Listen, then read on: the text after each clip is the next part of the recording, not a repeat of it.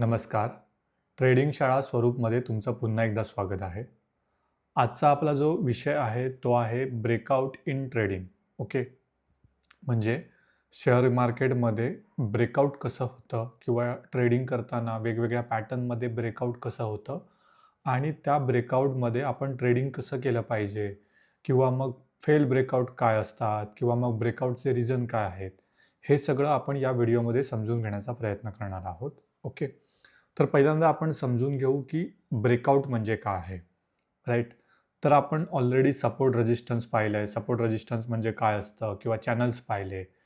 इथून पुढे आपण पॅटर्न्स पण पाहणार आहोत, जे प्राइस ॲक्शनचा पार्ट असतात. ओके.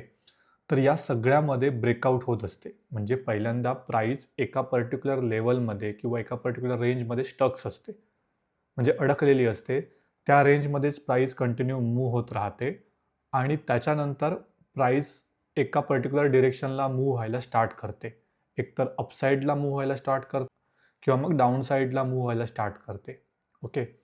सो ही जी जेव्हा ती प्राइस एका पर्टिक्युलर रेंजमध्ये असते, तिथून जेव्हा ती ब्रेकआउट करते आणि जी ब्रेकआउटची कॅन्डल ही त्या पर्टिक्युलर रेंजच्या वरती क्लोज होते, त्याला आपण ब्रेकआउट असं म्हणतो आणि त्याच्यानंतर त्याला फॉलो थ्रू कॅन्डल बनत जातात. ओके. आणि हा जो ब्रेकआउट प्रॉपर व्हॉल्यूमने किंवा प्रॉपर स्ट्रेंथने, म्हणजे तिथं प्रॉपर व्हॉल्यूम असते आणि नंतर तो ब्रेकआउट होत असतो. ओके. तो ब्रेकआउट काय इंडिकेट करत असतो की न्यू मे बी बायर और सेलर तिथं हळूहळू ॲक्टिवेट होत आहेत. ओके. सो याला आपण ब्रेकआउट असं म्हणतो. आता ब्रेकआउट का इम्पॉर्टंट आहे किंवा मग ब्रेकआउट काय सांगतं? ओके. तर एक म्हणजे जेव्हा एखादा ट्रेंड स्टार्ट व्हायला सुरुवात होतो, तेव्हा तो पहिल्यांदा ब्रेकआउट होतो. म्हणजे एखादा सपोर्ट रेजिस्टन्सचा चॅनल किंवा मग पॅरलल चॅनल किंवा मग एखादा पॅटर्न, इवन नॉर्मल पुलबॅक जरी असेल आणि तो पुलबॅक करून जेव्हा तो वरची प्राइस ब्रेक करून वर जातो, त्याला पण आपण ब्रेकआउट म्हणत असतो. ओके. सो जेव्हा पण एखादा ट्रेंड स्टार्ट होत असतो, तेव्हा ब्रेकआउट होत असतो किंवा ब्रेकआउटमुळे आपल्याला मार्केटची डिरेक्शन कळते की येस, इथून मार्केट समजा साईडवेज असेल, तर इथून समजा वरच्या साईडला ब्रेकआउट दिला, तर इथून पॉसिबिलिटी आहे की मार्केट वरच्या साईडने जाईल किंवा अप ट्रेंडमध्ये जाईल. ओके. आपल्याला अर्ली एंट्री म्हणजे एखादा ट्रेंड स्टार्ट होण्याच्या आधी आपल्याला अर्ली एंट्री करायचा चान्स मिळतो, जर ब्रेकआउट कन्फर्म असेल तर. ओके. आणि जसं मी म्हणालो की वेगवेगळ्या पॅटर्न्समध्ये किंवा वेगवेगळ्या चॅनल्समध्ये हे ब्रेकआउट होत असतात. ओके. म्हणजे साईडवेज मार्केटमध्ये जेव्हा मार्केट ब्रेक करून वर जातं, तेव्हा एक ब्रेकआउट होतो किंवा मग पॅरलल चॅनल्समध्ये ब्रेकआउट्स होतात किंवा मग वेगवेगळ्या पॅटर्नमध्ये ब्रेकआउट होत असतात. पण सगळ्या ठिकाणी हे जे लॉजिक असतं, म्हणजे ब्रेकआउटचं जे लॉजिक आहे किंवा जी थिअरी आहे, ती सेम ॲप्लिकेबल होते. ओके. किंवा त्याचे काही रूल्स आहेत, ते सगळ्या ठिकाणी सेम ॲप्लिकेबल होत असतात. ओके.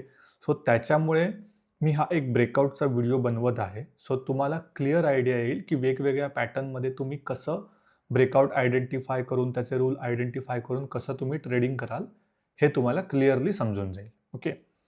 आता ब्रेकआउटच्या मागची सायकॉलॉजी काय असते, म्हणजे ब्रेकआउट का होतं किंवा त्याचे रिझन्स काय आहेत? तर एक म्हणजे जेव्हा प्राइस एका पर्टिक्युलर रेंजमध्ये फसलेली असते किंवा त्या पर्टिक्युलर रेंजमध्ये मूव्ह होत जाते, तेव्हा हळूहळू तिथं एकतर सेलर किंवा बायर मोर इंटरेस्टेड होत जातात. ओके. म्हणजे तिथं खूप साऱ्या बाईंग ऑर्डर प्लेस व्हायला स्टार्ट होते किंवा मग खूप साऱ्या सेलिंग ऑर्डर प्लेस व्हायला स्टार्ट होते. हे एक रिझन झालं.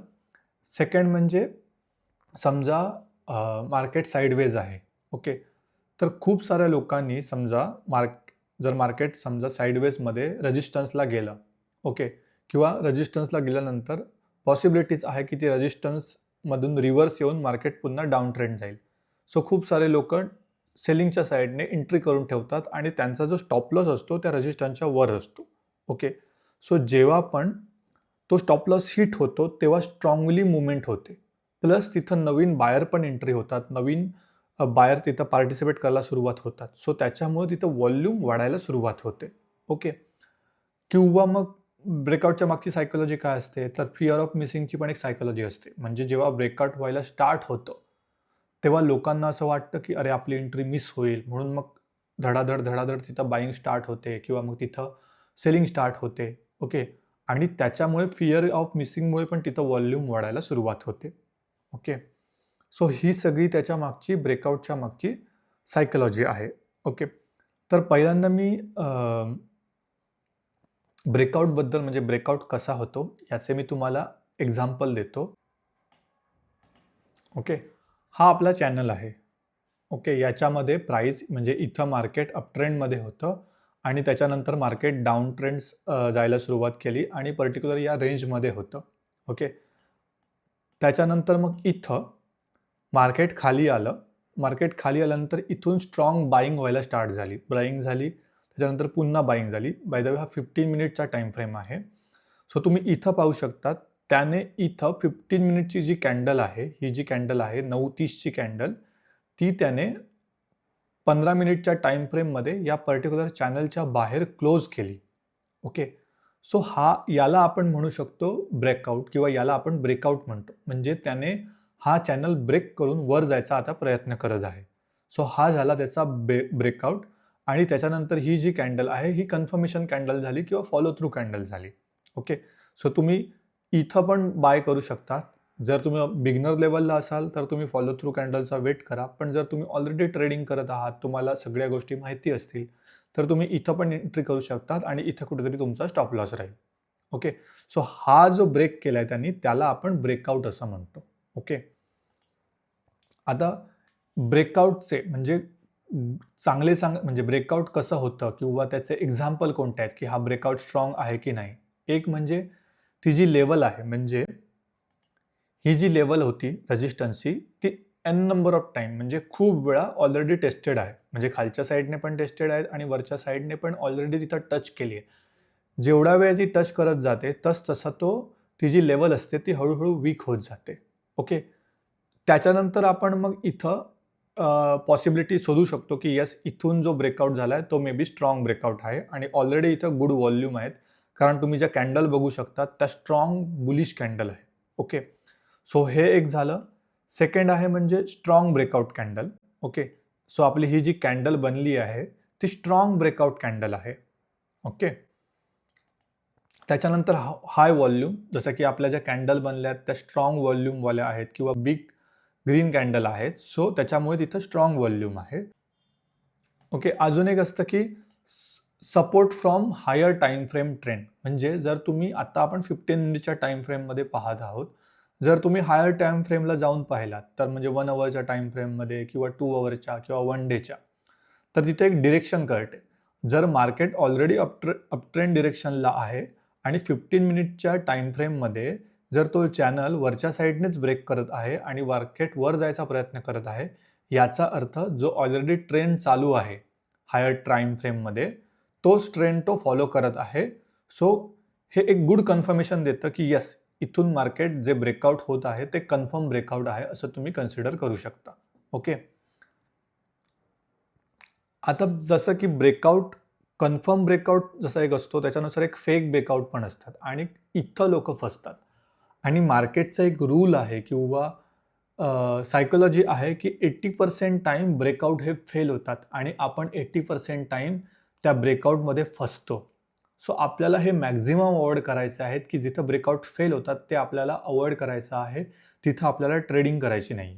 ओके. सो फेक ब्रेकआउटचं मी तुम्हाला एक्झाम्पल देतो. समजा तुम्ही इथं पाहिलात. ओके. ही जी कॅन्डल आहे 15:15 म्हणजे 3.25 जी कॅन्डल आहे, ते 3.25 कॅन्डल तुम्ही पाहू शकता. इथं त्याने थोडंसं बाहेर क्लोज केली आहे कॅन्डल, म्हणजे त्याचा विक्स जो आहे तो बाहेर आहे. ओके. समजा तुम्ही आता इथं वेट करत आहात, इथं तुम्ही ब्रेकआउटसाठी समजा वेट करतात. इथं आली आणि जशी ही कॅन्डल बाहेर जायला स्टार्ट करते, सो तुम्हाला असं वाटतं की अरे, ब्रेकआउट होत आहे. सो तुम्ही कॅन्डल ज्या टाइम फ्रेममध्ये तुम्ही चेक करत आहात त्या टाइम फ्रेममध्ये कॅन्डल क्लोज व्हायचा वेटच नाही करत. म्हणजे ती कॅन्डल त्या पर्टिक्युलर सपोर्ट किंवा रेजिस्टन्सच्या बाहेर क्लोज झाली पाहिजे. तेव्हाच आपण त्याला कन्फर्म ब्रेकआउट म्हणतो. पण तुम्ही वेट नाही करत, कारण तुम्हाला असं वाटतं की अरे, आपली एंट्री मिस होईल किंवा इथून मार्केट अजून खाली जाईल, मग लेट एंट्री करून कसं चालेल, म्हणून तुम्ही एंट्री करायला सुरुवात करता. आणि जेव्हा ती कंप्लीट कॅन्डल क्लोज होते तेव्हा ती कॅन्डल अशी रिव्हर्सल कॅन्डल बनते. आणि तुम्ही फसलेले असतात, तुम्ही ऑलरेडी एंट्री करून ठेवलेली असतात, तुमचा इथे कुठेतरी स्टॉप लॉस असतो आणि तुमचा स्टॉप लॉस हिट होतो. असं खूप वेळा होतं. 80% टाईम मार्केटमध्ये ब्रेकआउट हे फेल होतात. ओके. सो त्याच्यामुळे तुम्हाला ते अव्हॉइड करायचं आहे. रूल काय सांगतो, जोपर्यंत त्या पर्टिक्युलर सपोर्ट आणि रेजिस्टन्सच्या बाहेर कॅन्डल क्लोज होत नाही, तोपर्यंत तुम्ही एंट्री करायची नाही. ओके. जेव्हा ती कॅन्डल क्लोज होईल, त्याच्यानंतर तुम्ही एंट्री करू शकता किंवा नेक्स्ट कॅन्डलचा वेट करा. नेक्स्ट कॅन्डल कुठं बनते त्याचा वेट करा. फॉलो थ्रू कॅन्डल पहा आणि नंतर मग तुम्ही एंट्री करा. ओके. गडबड गोंधळ करून कुठे एंट्री करू नका. अननेसेसरी लॉस करून बसाल, कारण 80% टाईम ब्रेकआउट हे फेल होतात. ओके. त्याच्यानंतर एक सेफेस्ट ब्रेकआउट कोणता असतो, जर तुम्हाला अजून म्हणजे फॉलो थ्रू कॅन्डल पण नाही, जर तुम्हाला अजून सेफेस्ट एंट्री करायची असेल, तर एक आहे की तुम्ही ब्रेकआउट नंतर रिटेस्टचा वेट करू शकता. म्हणजे बऱ्याच वेळा असं होतं की समजा आपण इथं चेक केलं, तर मार्केट कसं करतं, इथून ब्रेक करतं, पुन्हा रिटेस्टला येतं आणि रिटेस्ट करून मग जेव्हा इथून ते पुन्हा युटर्न घेतं आणि ही जी वरचे हाय असतो तो ब्रेक करून वर जातं, तिथं तुम्ही एंट्री करू शकता आणि इथं तुम्ही तुमचा स्टॉप लॉस सेट करू शकता. ही सेफेस्ट एंट्री आहे. ओके. बऱ्याच वेळा मार्केट रिटेस्टला येतं, सो तुम्ही रिटेस्टला पण एंट्री करू शकता. ओके. जर तुम्ही एकदम बिगिनर लेवलला असाल तर रिटेस्टचा वेट करा किंवा मग तुम्ही फॉलो थ्रू कॅन्डलचा वेट करा. पण ऑलरेडी तुम्ही ट्रेडिंग करत आहात, तर तुम्ही या कॅन्डल नंतर पण एंट्री करू शकता. ओके. जर तुम्हाला तुमचा प्रॉपर ट्रेड मॅनेज करता येत असेल तर. मॅनेज करता येत असेल म्हणजे काय? जर तुम्ही ज्या पद्धतीने प्लॅनिंग केलंय, जर ते प्लॅनिंग वर्कआउट होत नसेल, तर तुम्हाला लगेच तुमचा ट्रेड एक्झिट करता आला पाहिजे. ओके. जसा प्लॅन चेंज होतो, जसं मार्केट चेंज होतं, तसं तुमचं ट्रेडिंगचा प्लॅन हा कंटिन्यू चेंज होत राहिला पाहिजे. ओके. सो तुम्ही सेफेस्ट एंट्री करू शकता. फॉलो थ्रू कॅन्डलचा वेट करा किंवा मग रिटेस्ट केल्यानंतर पुन्हा जेव्हा मार्केट वर जात असेल, तिथं तुम्ही एंट्री करू शकता. ओके. आता कधी-कधी असं होईल की 15 मिनिटमध्ये जर त्याने ब्रेक केला आणि ही एकच कॅन्डल अशी मोठी एक कॅन्डल बनली, इथं कुठेतरी क्लोज झाली. ओके. आणि समजा आपण याचं टार्गेट पाहिलं, तर याचं टार्गेट किती येतं? आपण हा क्लोन केला आणि क्लोन करून जर आपण हे इथं सेट केला, तर त्याचं इथं कुठेतरी टार्गेट येतं. इथं टार्गेट येतं, राईट? आणि ऑलरेडी जर कॅन्डल त्याने मोठी बनली, तर तुम्ही मध्यभागी म्हणजे ऑलरेडी त्याने बाईंग झाली आहे. सो इथून चान्सेस आहे एकतर मार्केट वर जाईल किंवा पुन्हा खाली येईल. ओके. सो मध्येच कुठेतरी एंट्री करू नका. वेट करा. रिटेस्टला येतंय का वेट करा. रिटेस्टला नाही आलं तर ठीक आहे. तो ट्रेड तुमच्याकडनं मिस झाला असं समजा. No problem. कारण प्रत्येक ट्रेड तुम्हाला मिळालंच पाहिजे असं काही नाही. ओके. सो त्याच्यामुळे मी तुम्हाला म्हणतो 80% टाईम ब्रेकआउट हे फेल होतात आणि त्याच्यापासून वाचून राहा. कन्फर्मेशन कॅन्डलचा वेट करा. जोपर्यंत कॅन्डल त्याच्या बाहेर क्लोज होत नाही, तोपर्यंत तुम्ही ब्रेकआउटमध्ये एंट्री करू नका. आणि हे जे रूल आहेत, हे सगळ्या पॅटर्नमध्ये ॲप्लिकेबल होतात. म्हणजे सपोर्ट रेझिस्टन्समध्ये ॲप्लिकेबल होतात, चॅनलमध्ये ॲप्लिकेबल होतात. समजा एखादा पॅटर्न असेल, जे प्राइस ॲक्शनचे आपण पॅटर्न पाहणार आहोत, तिथं पण ॲप्लिकेबल आहेत. सो हे रूल ब्रेकआउटवाले सगळ्या ठिकाणी ॲप्लिकेबल आहेत. ओके. आणि तुमचा हा जो सेम चॅनल असतो, त्याचा जो वरचा सेम चॅनलवरती तुम्ही जो ड्रॉ करता, तिथं तुमचं टार्गेट राहील. ओके. इथं जेव्हा मार्केट येईल, तेव्हा तुम्ही तुमचा स्टॉप लॉस ट्रेल करून इथं आणू शकता. ओके. इथं ठेवू शकता. सो इथून पुढे जर मार्केट अजून वर गेलं, तर ते तुम्हाला जास्तचं जे प्रॉफिट आहे, ते पण तुमच्या अकाउंटमध्ये येईल. सो हे जे आपण पाहिलं, ते कंप्लीट ब्रेकआउटबद्दल आहे आणि ब्रेकआउट फेलबद्दल आहे. सो एकदा तुम्ही बॅक टेस्टिंग करा, कुठं-कुठं ब्रेकआउट्स आहेत, कुठं-कुठं ब्रेकआउट फेल झालेत, याचं प्रॉपर टेस्टिंग करा, ॲनालिसिस करा. तुम्ही लाईव्ह मार्केट जर करत असाल, तर त्याच्यामध्ये पण पहा. ट्रेड घेताना कन्फर्म पहा आणि प्रिव्हियस कॉन्टेक्स्ट काय आहे, मार्केटमध्ये प्रिव्हियस कुठं सपोर्ट आहे, कुठं रेजिस्टन्स आहे, हायर टाईम फ्रेममध्ये मार्केटची कोणती डिरेक्शन आहे, या सगळ्या गोष्टी तुम्ही पाहणं गरजेचं आहे. सो येस, हा आपला जो व्हिडिओ होता तो ब्रेकआउटबद्दल होता. ओके. आणि बॅक टेस्टिंग करा, स्टडी करत राहा, ॲनालिसिस करत राहा. जेवढा तुम्ही मार्केटमध्ये टाईम स्पेंड कराल, तेवढं तुमच्या फायद्याचं आहे. ओके. सो येस, भेटू आपण पुढच्या व्हिडिओमध्ये. आणि अजून पण तुम्ही या चॅनलला सबस्क्राईब केलं नसेल, तर चॅनलला सबस्क्राईब करा आणि माझे जे नवीन व्हिडिओ येत असतात, ते तुम्ही पाहत राहा. ओके. भेटू आपण पुढच्या व्हिडिओमध्ये. Thank you.